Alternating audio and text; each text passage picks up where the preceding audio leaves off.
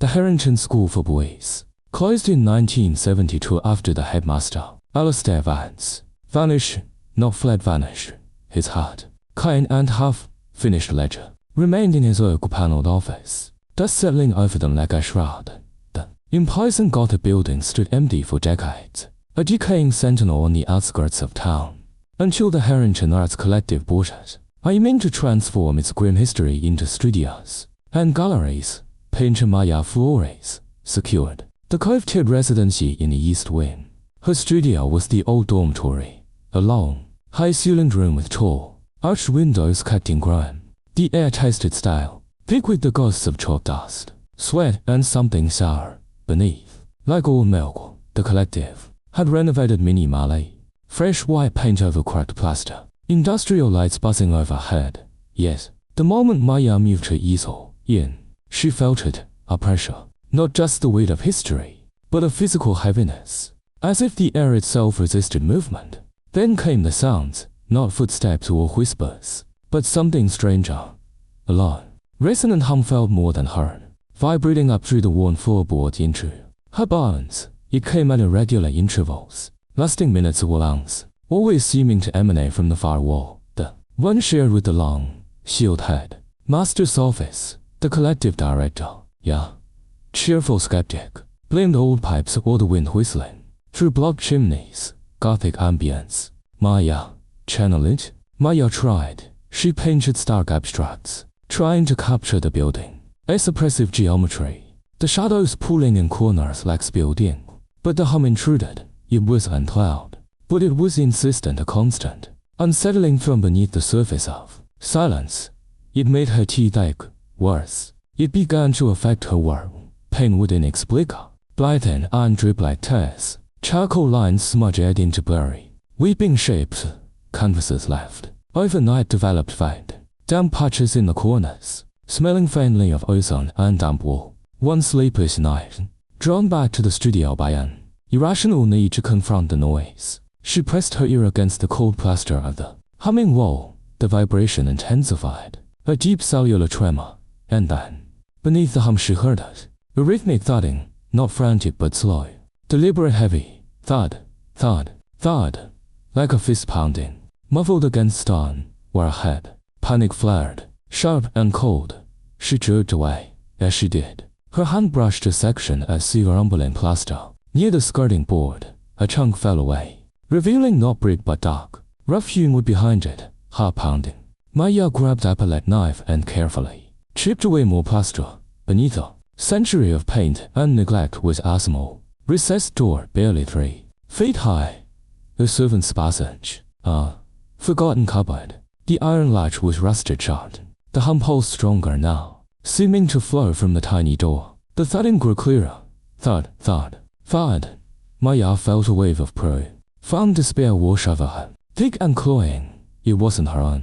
Research in the town archive revealed little beyond Vance's disappearance and rumors of his harsh discipline, but an old janitor tending the graveyard, where long dead students lay, proved more forthcoming. Vance weren't right, he muttered, wiping his hands on oily rags. Built the East Wing himself, see. Obsessed with it, boys whispered. Said the walls felt alive. Said Vance spent nights in his office, listening.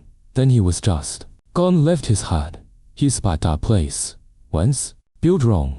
Stones laid wrong, got a resonance. See, traps things, traps feeling. Maya understood. The building wasn't haunted by ghosts. It was haunted by resonance. Vance's cruelty, the boy's fear and pain. It hadn't dissipated. It had soaked into the very fabric of the stone and wood he'd Dawson, amplified by some peculiarity of the construction, vibrating at a frequency that echoed at her time. The hum was the building, ice. Memory of suffering, the thudding, was Vance's final act. Trapped, driven mad by the accumulated resonance he'd created, was something else. The despair radiating from the little door intensified. It felt hungry. The damp patches on her canvases spread, forming shapes like reaching hands. The air in the studio grew thick, hard to breathe. The thudding became constant, vibrating the floor, rattling her jars of turpentine. She knew she had to open the door, not to find Vance, but to break the resonance. To release the trapped pain, it took hours, prying, chiseling, sweating despite the unnatural cold, radiating from the wall. Finally, the rusted latch gave with a shriek. The low door swung inward silently, revealing absolute darkness and asthma like wet earth and rust. The hum spiked into a deafening drone. The thudding stopped. Maya shone her flashlight inside. It was empty. Cupboard. It was a narrow space between the walls, barely wide enough to crawl through. The beam caught something glinting on the dusty floor. No treasure. A small, tarnished brass button next to it, scratched deep into the stone foundation. A single word over and over, in different sizes, different hands. Some childish, some frantic, some despairing. Yada da da, and at the very back, half hidden a larger, deeper carving. The stone stain dug around it. Vance. Not carved by Vance, carved into Vance. The image flashed in Maya's mind. Vance not vanished but pushed, shoved by unseen hands, by the weight of amplified fear and rage, into this suffocating space within his own monstrous creation, trapped. His final, desperate thudding against the stone, not an attempt to escape, but a failing pulse, absorbed back into the hungry resonance. The despair radiating from the space was overwhelming. Now, a physical force pushing against her. It was an just Vance's terror. It was the collective anguish of every child who ever trembled in that dormitory, amplified by the stones, concentrated here, in this hidden tomb, around this broken man who had become their final, unwilling prisoner. Maya didn't scream. She acted. She grabbed her largest canvas, one soaked with the phantom damp, now showing blood screaming faces beneath layers of paint. She shoved it, frame and all, into the narrow opening. Then another, then her sketchbooks filled with the building ice, oppressive angles. She piled in rags soaked in linen, seed oil and turpentine. She was an exorcist. She was an artist. She fought resonance with resonance. She struck a match. The volatile fumes, ignited with her soft humble flames, blue and hungry, lit up the canvases, consuming the painted echoes of suffering. They roared into the confined space, feeding on the oil-soaked rags, licking at the stone carved with pleas and anon. The reaction was immediate. The deafening hum shattered into a cacophony of sound. 1,000 trapped cries released at once. A swirling vortex of fear and rage and desperate hope.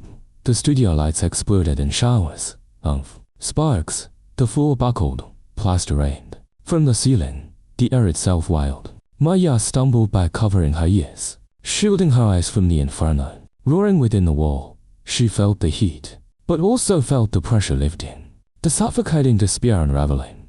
Like smoke, the flames roared higher, fueled by something more than oil, burning away decades of trapped resonance. When the fire burned itself out, starved of air within the thick walls, the studio was auric, smoke hung thick. The small door was a blackened edge scar, but the silence was profound. Not the dead stillness from before, but a deep, clean quiet. The air tasted of ash and ozone, but the sourness, the heaviness, was gone. Sunlight, weak but real, pierced the grimy windows. The Harrington Collective was furious about the damage. Maya's residency was terminated, but as she packed her salvage brushes, she felt no regret. The east wind, they said, felt different afterwards. Lighter. The strange acoustics were gone. The damp patches never returned. People still talk about the Harrington School. Some claim that on utterly windless nights, if you press your ear to the surviving outer wall of the east wing, you can hear it. Not a hum, not a thud, but a faint, fading sigh, like the last breath of something heavy, finally released, and deep within the stone, stained cavity behind the repair plaster. Fused into the scorched stone lies a single, misshapen lump of brass, the remains of a button, melted beside the ghost of a name.